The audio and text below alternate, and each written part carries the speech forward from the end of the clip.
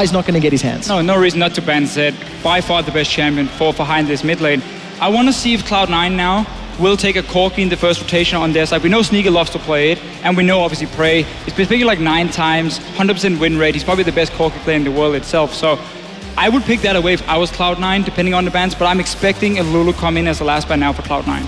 Absolutely loving the vibe ban here by the GE Tigers, recognizing that Cloud9 should more than likely go with a hard engaged comp against him, get rid of the Vi, and now all of a sudden, Cloud9 forced to take perhaps a Sejuani if they're going to go for a team fighting.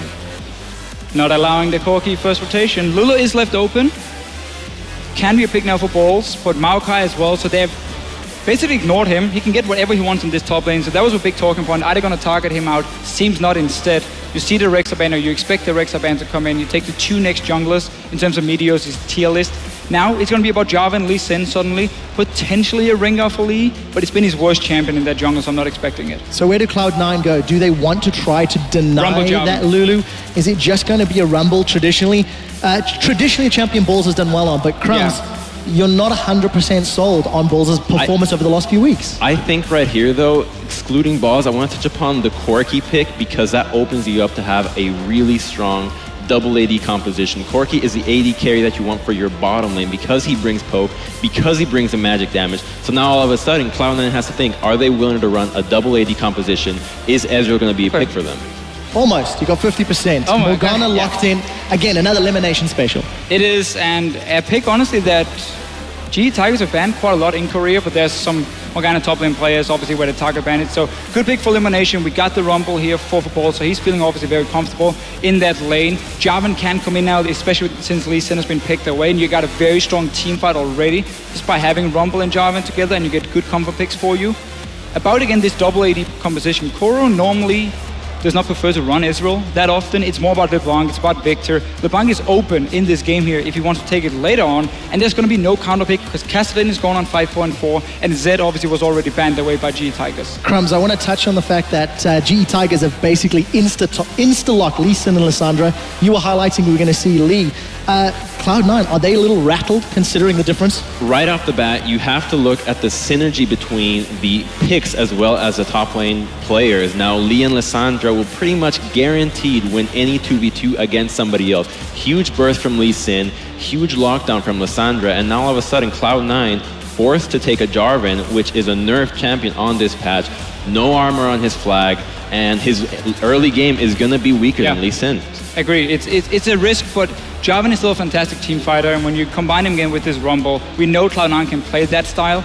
The problem is if you look at their lanes at the moment and this setup, you mentioned how they're going to lose the 2v2 fights for sure. That suddenly forces you into a lane swap, and that we have seen a lot of teams use Graves. You swap him, you fast push a tower, you get an early PS sword, and then you go down and fight the Corki 2 and 2 before he gets Trinity Force. I think that's going to be the go-to tactic for Cloud9. They gotta go for that lane swap here. Rumble as well needs a lot less gold to be efficient compared to a Lissandra. So lane swap coming in from Cloud9, honestly. Kennen mid lane against LeBlanc. That's a tricky one. It's a skill matchup. If you die like once early, Kennen is done. He's out. I mean, LeBlanc is just going to kill him over and over. No surprises, though. We expected the Kennen from high in the mid lane. Now, looking at the compositions, you have Cloud9 with a massive AoE composition, and a worrying factor for the GE Tigers is the fact that they have no tanks. Now, they have shown incredible prowess in team fighting with kite compositions that do not have tanks. But the Cloud9 team comp will kill anybody pretty much instantly with the knockups from Jarvan, long-range Rumble ultimate, Kennen, and the Graves follow-up. Yeah, we will see in game. We'll be back with the first game here at the Intel Extreme Masters World Championship and our casters right after this.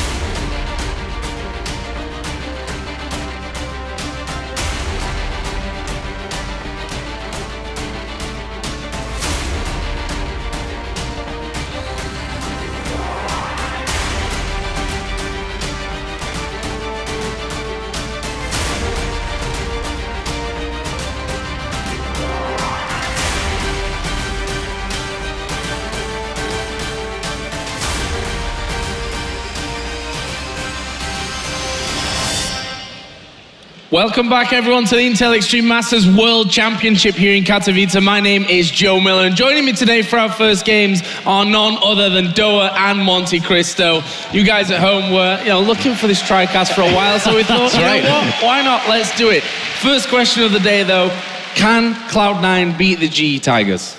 Anything is theoretically possible, but in the realistic universe in which we reside currently, it's a very low chance. I'd give it about 5% probably. Taking a look at this draft right off the bat, I mean, if we look at the GE Tigers so far, undefeated 9-0 on Corki, undefeated on LeBlanc, undefeated on Lissandra, undefeated this season on Nami. The one thing that's throwing me off a little bit is the Lissandra pick. Not a normal GE Tigers grab, but with some nerfs, it does make a little sense to other champions in the pool. True enough. Well, looks like it's time to get into our first game, GE Tigers versus Cloud9. And there they are, Cloud9 from North America on the right, the GE Tigers from Seoul, South Korea on the left. And we are ready to get it on here in our first game in the Intel Extreme Masters Katowice. Gonna be an absolutely fantastic opener here.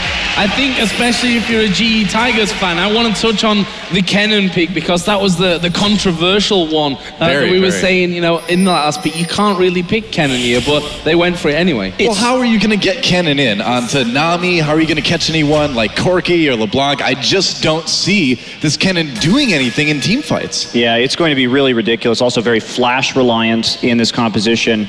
And it's difficult, because the thing about the Korean teams that are here, CJ and GE, they just happen to be probably the two best teams at kiting in Korea, and that's how they play the game right now. And all-inning with Kennen is a very risky pick. And we may have a bit of cheesiness going on from Cloud9 in the river. Lurking in the brush is everybody but High, basically. Kennen, already afraid to go in. I can't blame him. Yeah, interesting. Most Korean teams will just fan at level 1. We rarely see elaborate level 1s these days. Gorilla's just not going to catch that. Well, he's waiting. He's spamming that control thread, I believe. Oh, and there he is. LemonNation. Can they get him with some CC? They already get the flash. He's going to try the aqua pick, but that's first blood for Cloud9 Bulls. The cheese pays off. And that is an early kill for North America.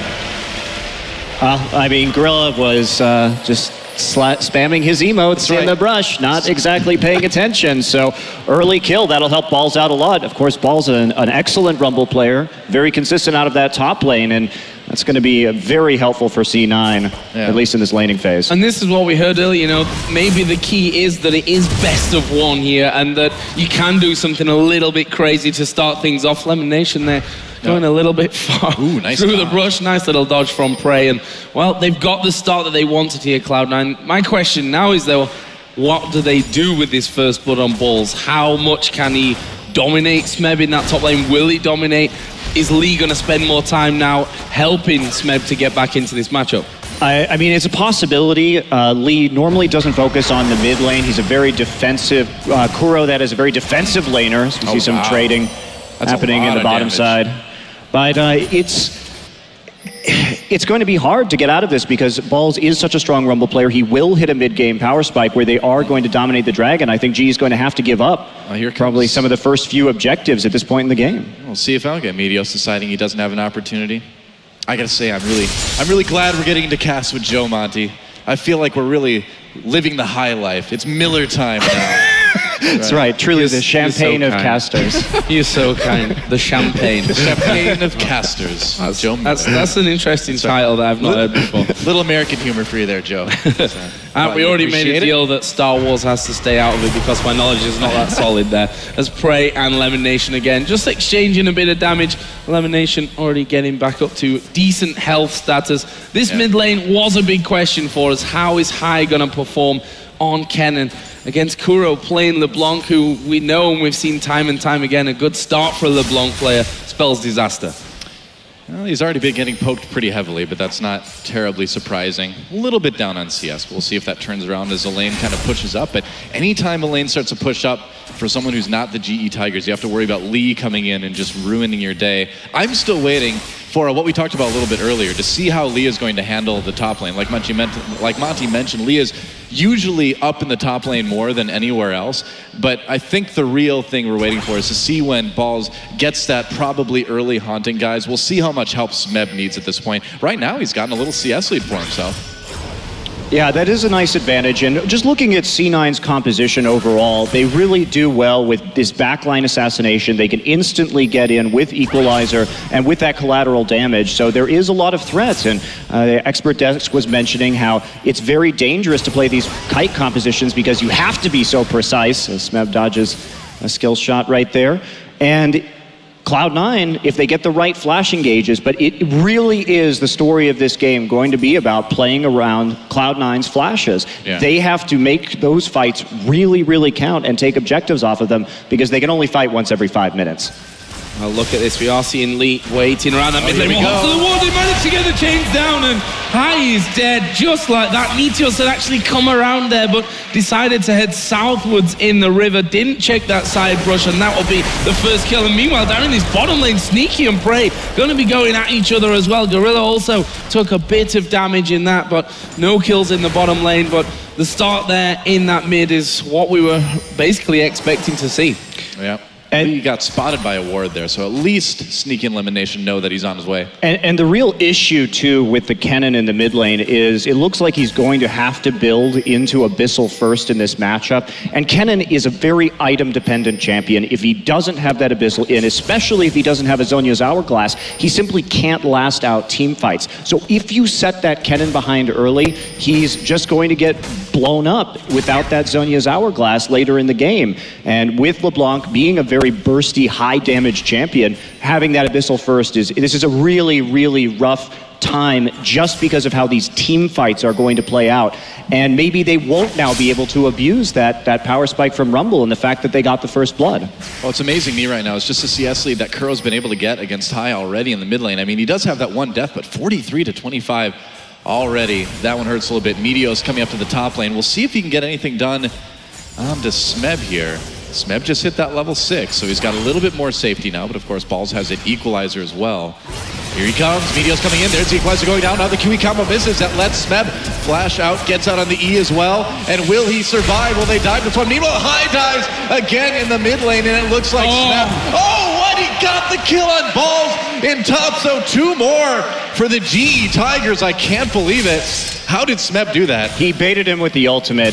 Basically, he held it for a really long time, going in under the turret, and everything just kind of falling apart for C9 already in the laning phase. And KurO's been playing so far back, it's been difficult for Hai to CS safely under the threat coming in. Here's a teleport.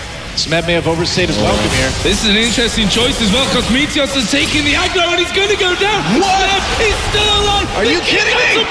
He's now underneath the tower as well. That is just incredible stuff from the GE Tigers in the top lane. And I think Balls might well be in trouble here. There is Lee diving onto him again. KurO's going to come around. Balls, it's over for you, my friend. Lee will get another one onto a killing spree, and just like that, it's 5-1 to the GE Tigers. What an MVP play for Lee right there, getting the kick that saves Smeb, sticking around to let KurO come up and be part of the action as well. This is the teamwork that makes the GE Tigers the #1 team in Korea, and Cloud9, unfortunately for them, is seeing it here in its full potential in Katowice.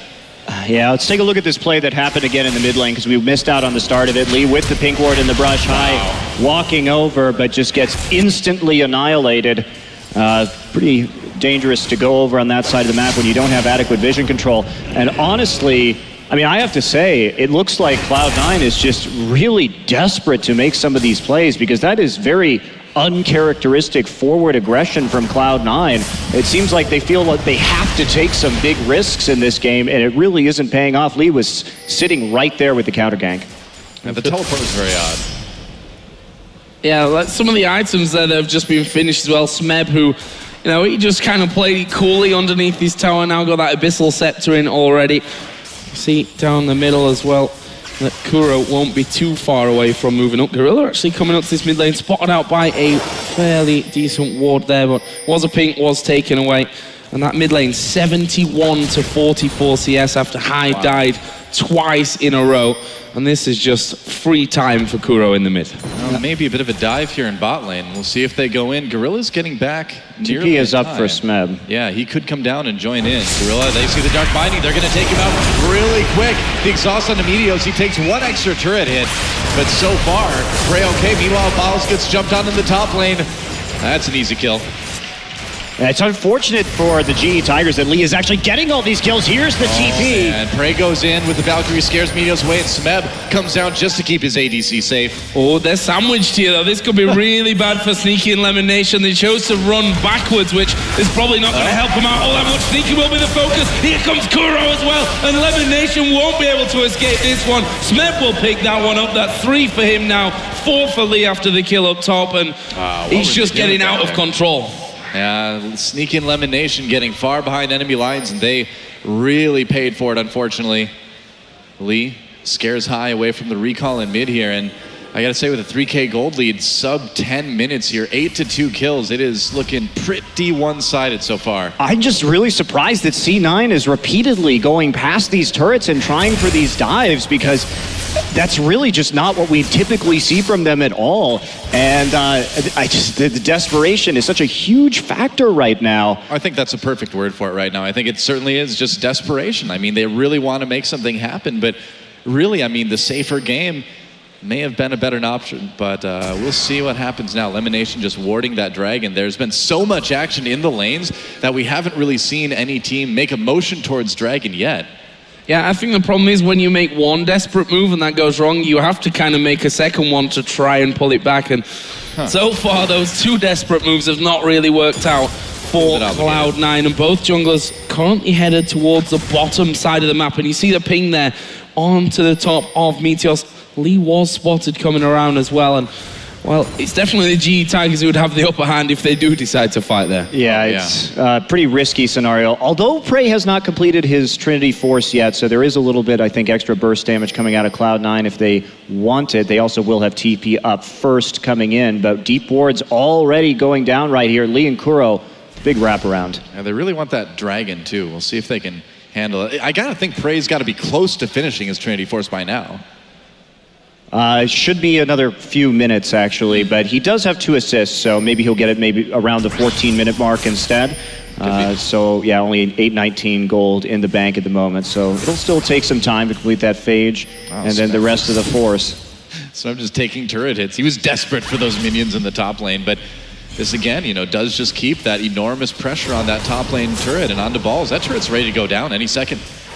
We'll see if he can actually finish that one off. The bottom lane, again, was a bit of an exchange of damage. They saw the Dark Binding coming out of LemonNation. There is that turret going super low on the top side of the map. That's just one hit, and that will go down, and we'll see how desperate Smeb really is to finish that one up, keeping that lane push all the way up there. And I don't think Balls will be able to, however much he wants to, hold on to that first turret in the game. Smeb's got such a massive CS lead as well right now, too. There's really no pressure. And Lee going for this dragon by himself. Now, there is a ward there for C9, but will there be any response?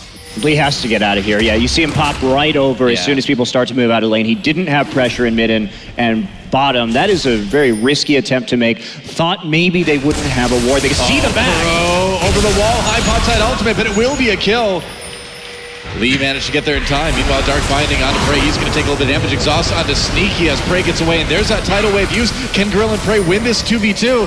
Oh, it's going to be tight here as Meteos comes down as well. He drags into the back. He'll finish up Prey. Oh, no!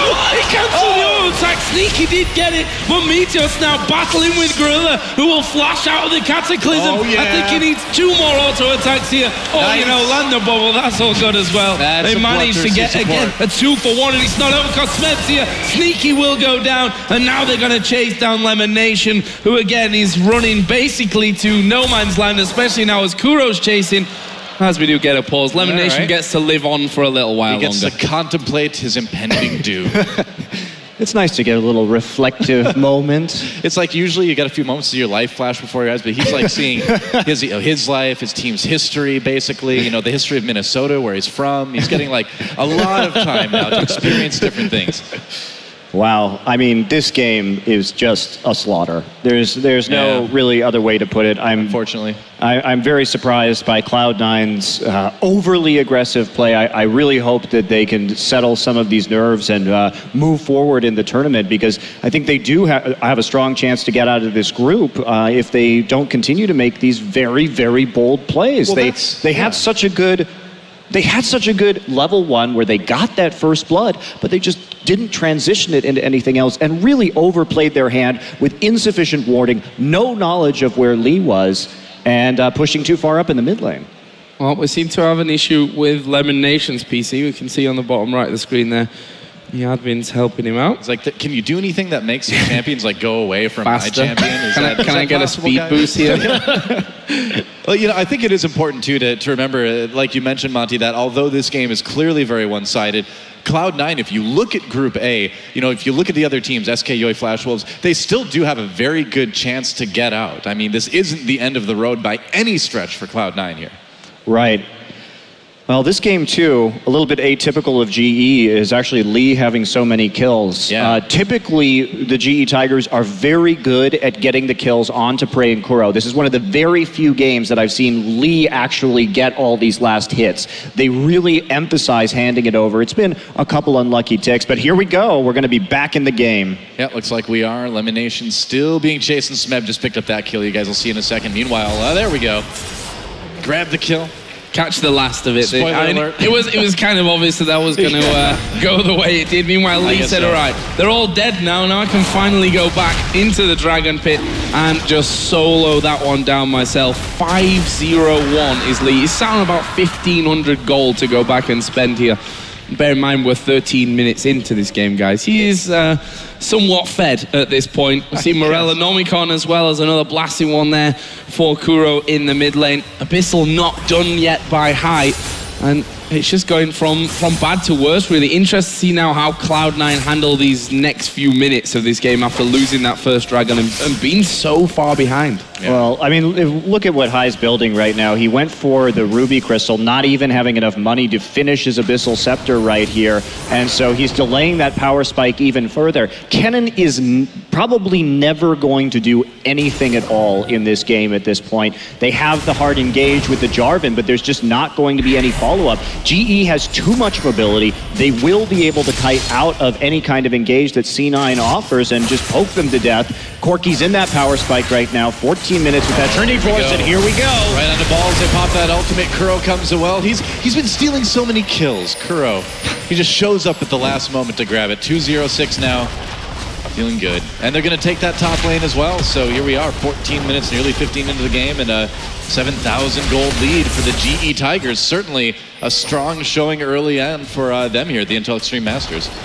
And the reaction here from Cloud9 is High and Meteos to kind of half push the mid lane, which they didn't really even get that much damage onto that outer turret. And to be honest, with the items that KurO has, he can probably come in there, do a decent amount of damage and keep them off that turret completely. And if anyone else comes around, they may even be in danger. However, they are sending LemonNation up. There is KurO diving in. They're going to take the aggro there. And KurO may go down here. No, they've actually gone for his clone. He flashes over the wall and somehow survives it. Meteos is low. And Lee is coming around the backside. Will he fancy his chances? He will. He lands the Q. He gets the kill, and LemonNation will also go down to Smeb.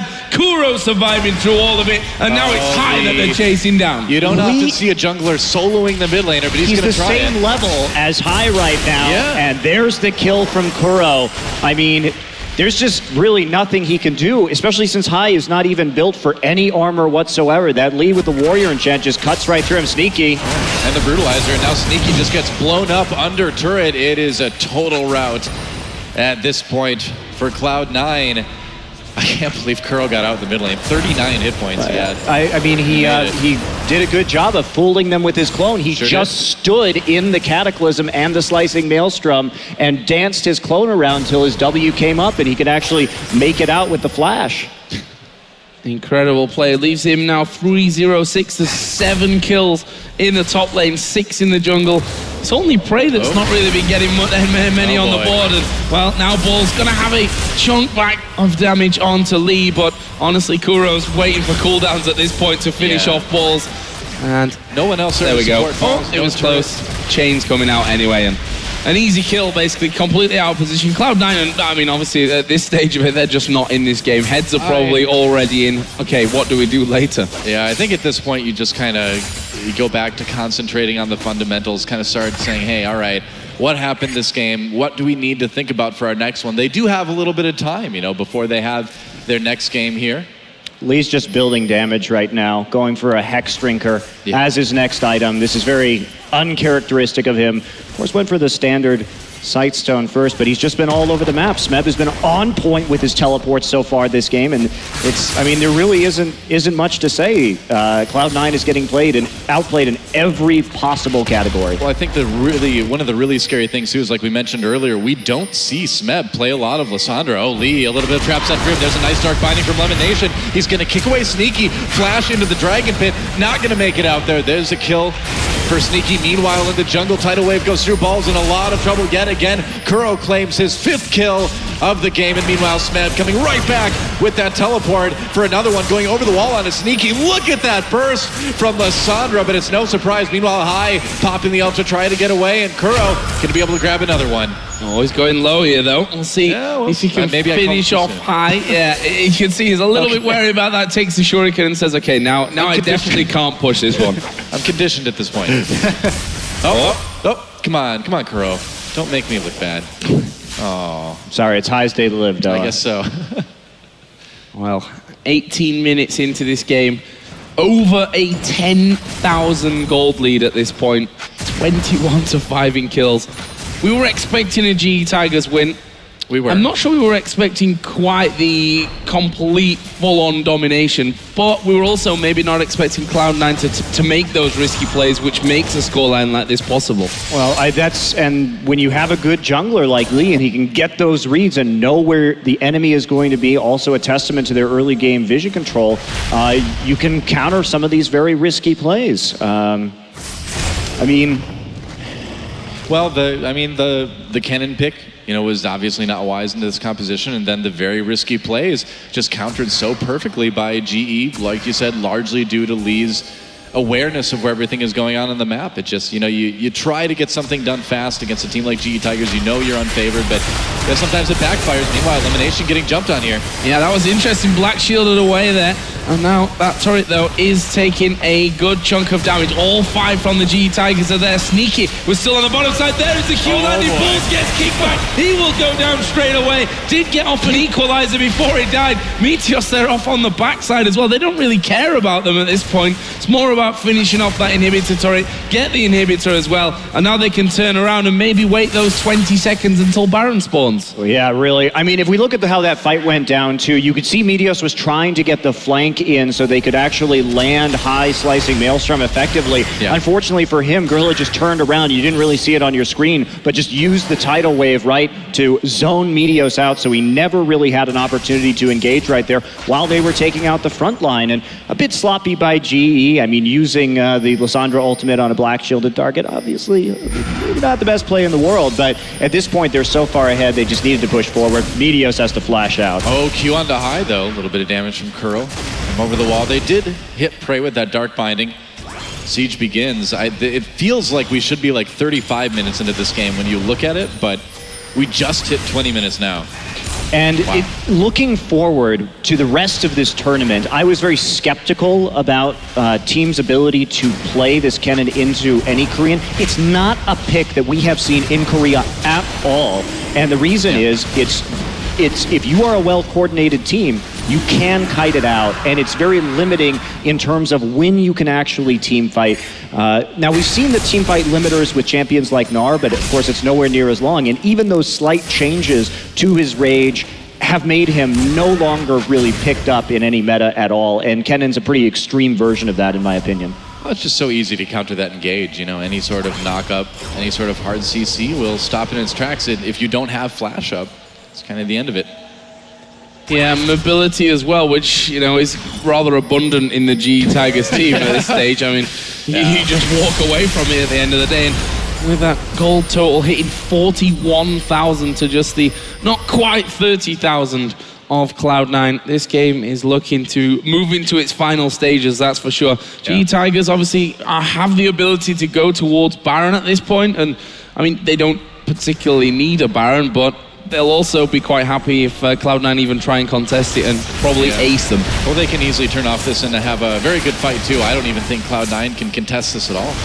And looking at this too, I'm a bit surprised that Balls went for the Liandry's with no tank on GE. That's not a very efficient item at all. Oh boy, Aquaprison comes in. Wow, LemonNation just disappears. Sneaky gets knocked up by that tidal wave. Balls comes in. They do manage to get a couple kills for Cloud9. Baron gets taken by GE, and I think the order of business have disengaged. Balls comes in. Lee and Prey very low.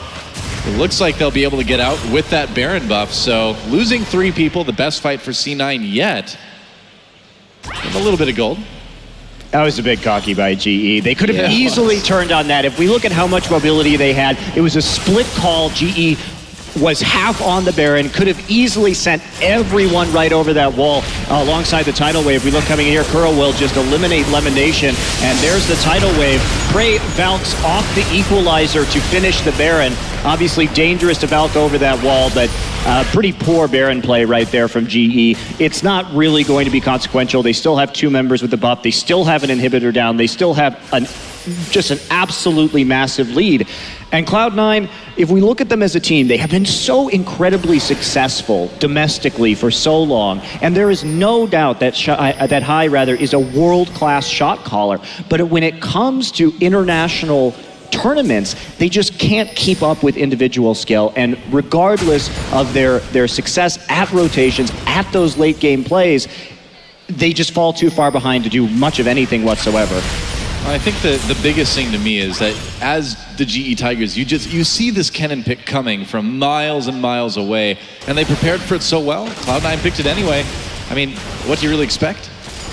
Yeah, you know, you may have that second plan in mind, so when they have a team that's going to be able to kite Kennen around so much, you say, okay, we don't pick Kennen now at this point. Zed was banned out. Yeah. They last picked it on red side, and Hai's champion pool is a major weakness. And also, what really helped, if we go back to the pick and bans, is the fact that the Vi was taken out, because that means that it's less of a hard, Jarvan will be less of a hard engage, especially with the nerfs to his tankiness on this patch. And so, by removing that, it makes it a lot more difficult to follow up on that Kennen ultimate. Well, that's the thing, is you really need to shut down Meteos as much as possible as well, because he is such that playmaker, and he does, you know, carry Cloud9 through so many wins that by forcing him onto that Jarvan, you kind of hit them with the double whammy, rather. And look what he's building, too. He has Brutalizer in Last Whisper. He knows that their only chance is to blow somebody up, and here we go. And there's the ultimate out of Kennen. Guess what? It didn't really do a whole lot. Meteos is going to get in there to do some damage, but they're going to try and chase him down. Prey actually falling low as well. He might actually get picked off here if Balls can land a harpoon, but look at the bubble. Locks up 2 men, and they turn it back around, and they'll come in and absolutely melt them. There's the Zhonya's used by Smeb, but KurO's going to get his cooldowns back in a second, and LemonNation trying his best to run away. Will try and even turn around for a kill, but he will be finished off. And that is the ace for the GE Tigers. And our first ace of Intel Extreme Masters here at the World Championships again, and GE is going to use that ace to take an inhibitor. Probably just going to be able to rotate right over and take all the others if they don't want to end right now. Well, actually, the death timers are so low. I keep forgetting it's like 20-something minutes into this game. Yeah, they can't close right now, but they will take that mid inhibitor one more time and get out of there. And if we take a look at that fight, too, I mean, I don't blame Meteos for this build. I actually think that it's one of the best possible solutions to this scenario. Gotta do something. You have to get one of those kills and hope that you can turn a pick. It's also going to be surprising because GE will not expect that Jarvan to do that much damage. They haven't had very much armor, especially KurO. And even though he's LeBlanc, if you can get one cycle of cooldowns off on him fast enough, you can really chunk him out of that fight right there. You saw Prey respond instantly, flashing over the wall, kind of into the equalizer, a bit questionable, but he did manage to kite Hai out in the end of that little engagement. Very true. Another blue buff going on to KurO. It looks like Sneak will be able to grab the red. Lee walks right into that one. Kicks LemonNation away, still taking a lot of damage. He's in big trouble now, no flash. And Lee just getting a bit cocky there. I definitely shouldn't be walking into that side of the jungle. Like Kachani is that, dude? Yeah, that's, I think GE, Not putting in 100% in this game anymore. That will drag things out, however, of course. 5v4 for a Dragon that's coming up. Pretty massive mistake there by Lee. Really unnecessary to go after an enemy red buff under these circumstances. Party in the speed shrine. Yeah, problem is that Cloud9 are stuck defending their base at this point in time, so actually that Dragon will just be finished off by Prey and Smeb, and that will be going the way of the GE Tigers. So far, well, so good. It's possibly an understatement in this one, if I'm honest. Well, all the base turrets are down except for the Nexus one too. So yeah, so far so good. 27 minutes with 2 inhibitors down and 1 unprotected. Yeah, it's pretty good for GE. I'm sure they're quite happy with how things are working out right now. And we may be in for one of the shortest games I think I've seen in Season 5. Yeah, High also just opting to go for the Haunting Guys right here. They just want as much possible burst damage. They're not looking for these prolonged team fights. This is a complete reaction to the fact that they are this far behind. And C9 is smart. This is a really good adaptation considering the circumstances. KurO comes in, takes about a little over half of Meteos' health off, and that's going to help push him away to possibly take this final inhibitor. Looks like Smeb's going to dodge that Dark Binding, and yeah, it doesn't look like there's much C9 can do. I feel like they're obligated to come in and try something, but no. Just watching that inhibitor goes down, not having Helios there hurts so much, and RGE ready to close here. Looks like they may be going for, they will start to move in, and they've got super minions, a couple already bashing away on that turret as Meteos again is going to try and get in there. High will also ulti in, but the first kill will come onto Meteos, and now the GE Tigers going to look to turn this one around, and look at the damage coming in from Smeb, from KurO, and one by one they're going to fall like dominoes here. LemonNation trying to get away. KurO will move in, actually gets hit by the binding, but Smeb will be the follow-up for them. KurO again for what feels like the 10th time this game, walking away with hardly any health left. The Nexus turrets go down. The Nexus will follow here, and the GE Tigers are going to pick up the first game of the Intel Extreme Masters World Championship in just a second. There we go. Hey, goodbye, High. There's Ace. There's the game. GG. GE Tigers. What a statement for their first game, huh? The question here is who's going to stop that? And one thing you can't do against the GE Tigers is try these all-in compositions. They are too good at kiting. This is how they play League of Legends. And atypically, they actually started out with that big lead due to the over-aggression of Cloud9. Usually we see GE play a very passive early game and then really kick in around the 15-20 minute mark when they hit these Corki power spikes. This does send them to 10-0 so far this year on that Corki pickup. It's a champion that is extremely dangerous. It's not because Prey is very good at it, but it's not because he's good at it, it's because they play around it as a team and they push and contest objectives so well with that Trinity Force. Well, fantastic opening win here for the GE Tigers. We're going to head over to Shox and the guys on the analyst desk to break down that win. Thank you very much, guys. Well,